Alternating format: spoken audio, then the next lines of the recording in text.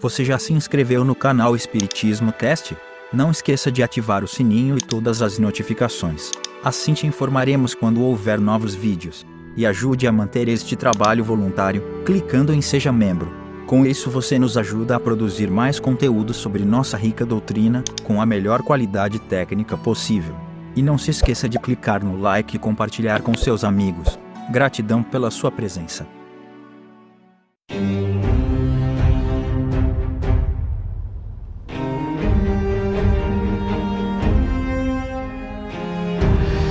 Olá meus amigos, minhas amigas, como é que vocês estão? Sejam bem-vindos a mais um episódio, eu tô perdido aqui, 18, onde estudamos o que é o Espiritismo, uma obra fundamental escrita pelo próprio Kardec para tirar as dúvidas aí que a rapaziada tinha na época do que se tratava o Espiritismo, mas não nos dispensa de estudar as outras obras fundamentais. Caso você tenha interesse e ainda não faça isso, aqui no canal ou no podcast, tem um estudo completo de todas as obras. Na verdade não está completo ainda porque eu estou fazendo, um dia vai estar, enfim. Mas você pode acompanhar nas playlists disponíveis, tá bem? Hoje nós estamos aí no segundo diálogo com o cético. Lembra, o primeiro foi com o crítico, depois agora está sendo com o cético, depois vai ser com o padre, onde as pessoas colocam argumentos e o Kardec rebate esses argumentos, refuta ou explica. Vamos então, sem demora, para o nosso texto de hoje. Eu estou quase para espirrar, mas vamos ver se eu consigo segurar. Então, o cético diz: uma coisa que eu desejava saber, meu amigo, olha que tratamento maravilhoso, é o ponto de partida das ideias espíritas modernas. Serão elas filhas de uma revelação espontânea dos espíritos ou resultado de uma crença prévia na existência deles? Compreendeis a importância de minha pergunta, porque, neste último caso, é admissível que a imaginação possa nisso ter desempenhado o seu papel. Ou seja, de onde vêm essas ideias, né? É uma revelação espontânea, os espíritos vieram e deram essa revelação, ou é uma crença? Porque pode ter a tal alucinação, mas a gente já viu isso antes. Vamos ver a resposta do Kardec. Como dissestes, essa questão tem importância, no ponto de vista em que vos achais, ainda que seja difícil acreditar-se, supondo essas ideias nascidas de uma crença antecipada, que a imaginação pudesse produzir todos os resultados materiais observados. De fato, se o Espiritismo fosse fundado no pensamento preconcebido da existência dos espíritos, poder-se-ia, com alguma aparência de razão, duvidar da sua veracidade, porque, se o princípio fosse uma quimera, as consequências dele emanadas também o seriam, mas as coisas não se passaram assim. Notai, em primeiro lugar, que essa marcha seria totalmente ilógica. Os espíritos são a causa, e não o efeito. Quando se vê um efeito, pode-se procurar-lhe a causa, mas não é natural imaginar-se uma causa antes de lhe ter visto os efeitos. Não era, pois, possível conceber o pensamento da existência dos espíritos se os efeitos não tivessem mostrado que achassem explicação provável na existência de seres invisíveis. Pois bem, não foi mesmo deste modo que nasceu tal pensamento, isto é, não foi ele uma hipótese imaginada com o fim de explicar certos fenômenos. A primeira suposição feita foi a de uma causa material. Assim, longe de que os espíritos fossem uma ideia preconcebida, partiu-se, para chegar a eles, do ponto de vista materialista. Não se podendo, porém, por este meio explicar tudo, somente a observação conduziu à causa espiritual. Então, na verdade o Espiritismo é uma doutrina totalmente nova, ela não vem com ideias preconcebidas de lado nenhum. Então ela foi feita, né? O que aconteceu? Teve as mesas girantes, as batidas, os efeitos físicos. Foi-se procurar a causa disso, né? Então não vem com ideia preconcebida, ela partiu exatamente de um materialismo, porque se estava analisando o que acontecia no mundo material. E aí é que os espíritos se revelaram, tá? Falo das ideias espíritas modernas, pois sabemos que essa crença é tão velha quanto o mundo. Eis a marcha das coisas, fenômenos espontâneos se produziram, tais como ruídos estranhos, pancadas, movimentos de objetos etc., sem causa ostensiva conhecida, realizando-se sob a influência de certas pessoas. Nada, até aí, autorizava a buscar-se-lhes a causa fora da ação de um fluido magnético ou outro qualquer, de propriedade ainda desconhecida. Não se tardou, porém, a reconhecer nesses ruídos e movimentos um caráter intencional e inteligente, do que se concluiu, como já o disse, que, se todo efeito tem uma causa, todo efeito inteligente tem uma causa inteligente. Esta inteligência não podia estar no objeto, porque a matéria não é inteligente. Seria o reflexo da pessoa ou das pessoas presentes. Assim se julgou no começo, como já igualmente vou-lo disse, só a experiência podia pronunciar-se, e ela demonstrou por provas irrecusáveis, em muitas circunstâncias, a completa independência da inteligência que se manifesta. Ela não pertencia, pois, nem ao objeto nem à pessoa. Quem era então? Ela própria respondeu, declarando pertencer aos seres incorpóreos chamados espíritos. A ideia dos espíritos não preexistia, nem mesmo lhe foi consecutiva, em uma palavra. Não nasceu do cérebro de ninguém, mas nos foi dada pelos espíritos mesmos, e tudo o que soubemos depois, a seu respeito, foi-nos por eles ensinado.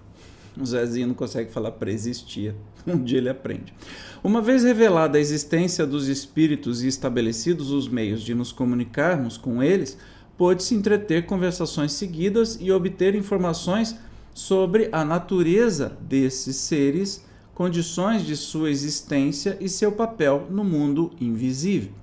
No mundo visível. Se assim pudéssemos interrogar os seres do mundo dos infinitamente pequenos, quantas coisas curiosas não ficaríamos sabendo sobre eles? Suponhamos que, antes da descoberta da América, um fio elétrico estivesse estabelecido através do Atlântico, e que na sua extremidade europeia se houvessem produzido alguns sinais inteligentes, e é logo concluído que na outra extremidade se achavam seres inteligentes, que desejavam comunicar-se, teríamos interrogado e eles teriam respondido.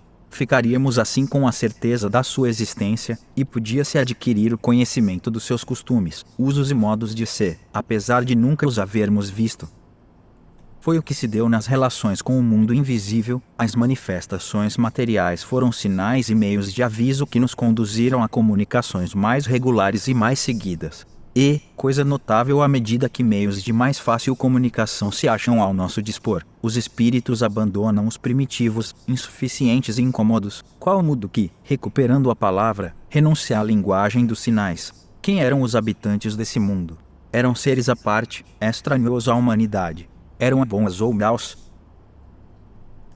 Foi ainda a experiência quem se encarregou da solução de tais problemas, mas até que observações numerosas tivessem derramado luz sobre o assunto, o campo das conjecturas e dos sistemas esteve aberto, e Deus sabe quantos surgiram.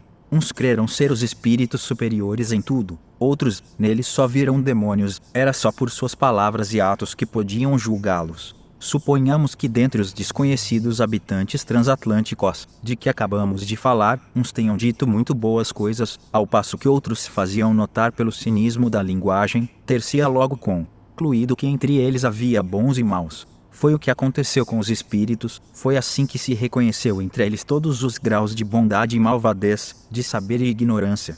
Uma vez bem informados acerca dos efeitos e das boas qualidades que entre eles se encontram, cabe à nossa prudência distinguir o que é bom do que é mal, o verdadeiro do falso, em suas relações conosco, absolutamente como procedemos a respeito dos homens. A observação não nos esclareceu somente sobre as qualidades morais dos espíritos, mas também sobre a sua natureza e sobre o que podemos chamar estado fisiológico. Ficou-se sabendo, por eles mesmos, que uns são muito felizes e outros muito desgraçados, que não são seres à parte, de natureza excepcional, e sim as almas daqueles que já viveram na terra, onde deixaram seu invólucro corpóreo, e que hoje povoam os espaços, nos cercam, nos acotovelam sem cessar, e, dentre eles, cada qual pode, por sinais incontestáveis, reconhecer seus parentes e amigos e os que conhecera na terra, pode-se acompanhar-los em todas as fases de sua existência de além-túmulo, desde o instante em que abandonam o corpo, e observar sua situação segundo o gênero de morte e o modo pelo qual viveram na terra.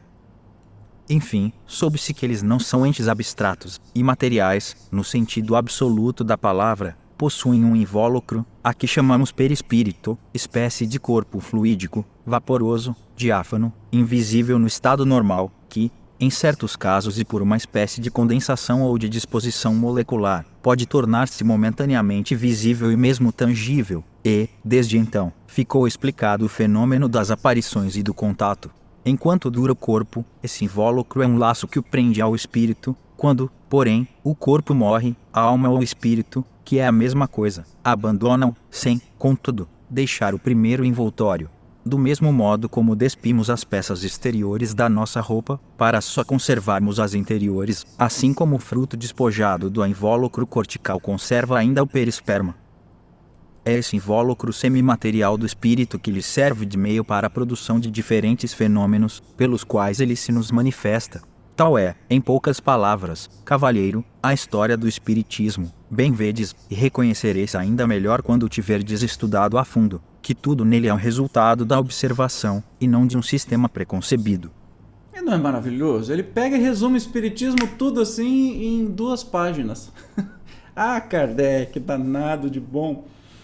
Eu gostei da referência que ele fez, né? E é tão claro assim o que ele fala que eu não tenho nem jeito de parar o negócio, porque senão eu vou cortar a ideia maravilhosa que ele tem. Não tem nada para explicar, ele é muito didático, afinal de contas, Kardec é professor, né? Discípulo de Pestalozzi e tudo mais.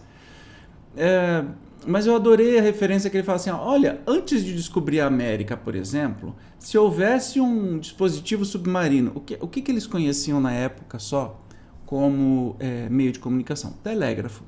Então ele diz, se existisse um fio entre, né, passando aí o oceano inteiro entre a Europa e as Américas, e houvessem telégrafos dos 2 lados, e aí perguntavam lá na Europa coisas, e estes daqui do outro lado das Américas respondessem, mesmo que eles não tivessem visto, se houvesse resposta era porque tinha um ser inteligente. E aí, com essas respostas, você já ia distinguindo que tinha ser mais inteligente, menos inteligente, que tinha ser bom, tinha ser ruim.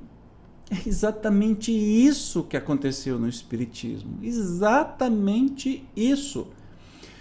E à medida que as coisas foram evoluindo, os espíritos foram deixando de lado os meios mais rústicos e mais difíceis de obterem comunicações. Como, por exemplo, nas mesas girantes, que originou tudo isso, que despertou a curiosidade do Kardec, eram batidas, 1 para sim, 2 para não, 1 para A, 2 para B, 3 para C, 4 para D e assim por diante. Então, imagina para escrever uma frase, a dificuldade, você ia ouvir lá, para você falar a palavra R. Imagina o tempo que vai, até chegar tanto batida que corresponderia a R. E aí esses meios foram sendo substituídos pela escrita direta e depois pela cestinha. Aí perceberam que não precisava da cestinha, era só o médium. E aí perceberam que o médium podia escrever. E aí pronto, se inventou uma comunicação, se estabeleceu uma comunicação entre os 2 universos, né? As 2 dimensões, mais possível e mais rápida. E assim o Espiritismo foi construído. E aí ele deu de sobra aí uma explicação sobre o perispírito, o corpo espiritual. Que eu não vou dar essa explicação, não vou falar sobre isso, porque a gente tem aqui no canal, além dele falar muito sobre isso, sobre o perispírito, no Livro dos Espíritos, no Livro dos Médiuns, nós temos aqui também um estudo chamado Perispírito. Se você quiser, estude aí que você vai aprender mais sobre o seu corpo espiritual. Tá bem? E hoje nós chegamos ao fim de mais um episódio. No próximo nós vamos falar sobre os meios de comunicação. Como você vê, as coisas ficam mais interessantes a cada momento. E lembrando que continuamos aqui neste diálogo com o cético. Você não vai perder, né? Eu te espero. Tchau, até lá.